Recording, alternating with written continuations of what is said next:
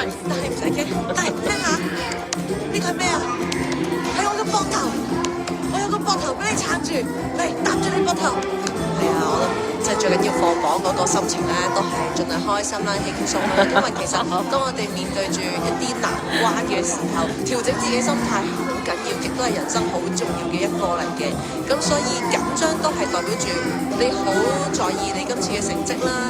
雖然係好老土，但係我都真心覺得成績真係唔代表一切嘅，因為最緊要係揾到自己喺人世間中意做嘅嘢先係最緊要。我覺得揾到一個自己嘅興趣係真係一生人當中最緊要嘅嘢，因為只有熱情同埋喜愛先至可以令你堅持落去。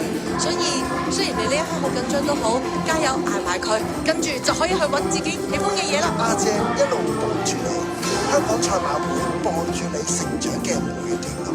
香港賽馬會 On Offline 無縫銜接，為青少年打氣。Open Up 網上文字輔導平台，全年無憂，守住你嘅情緒健康。想放空下，賽馬會平平心間喺18區設立咗45個青年友善專屬空間，佢哋用自己方式唞唞氣，叉足啲。香港賽馬會陪你照顧身心靈健康。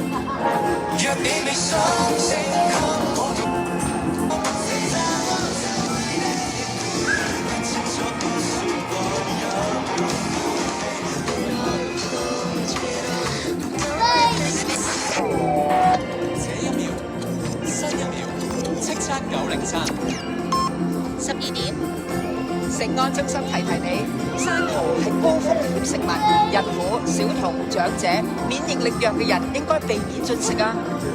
叱咤903新聞報導。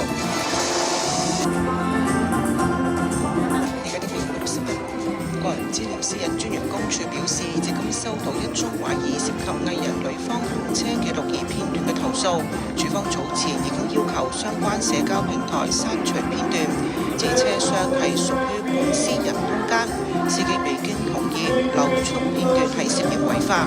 公署又提醒市民切勿轉發或者繼續傳播已經被要求下架嘅片段，否則有可能違法。張曉欣報導。近日網上流傳一段車內嘅行車記錄儀片段，懷疑係藝人女方乘搭網約車嘅時候，因為落車地點問題同司機發生口角，雙方以粗口互罵。個人資料私隱專員公署早前已經向相關嘅社交平台發出停止披露通知，要求平台停止披露有關錄影片段。助理個人資料私隱專員賴學欣喺本台節目證實，署方接獲一宗投訴，佢話車廂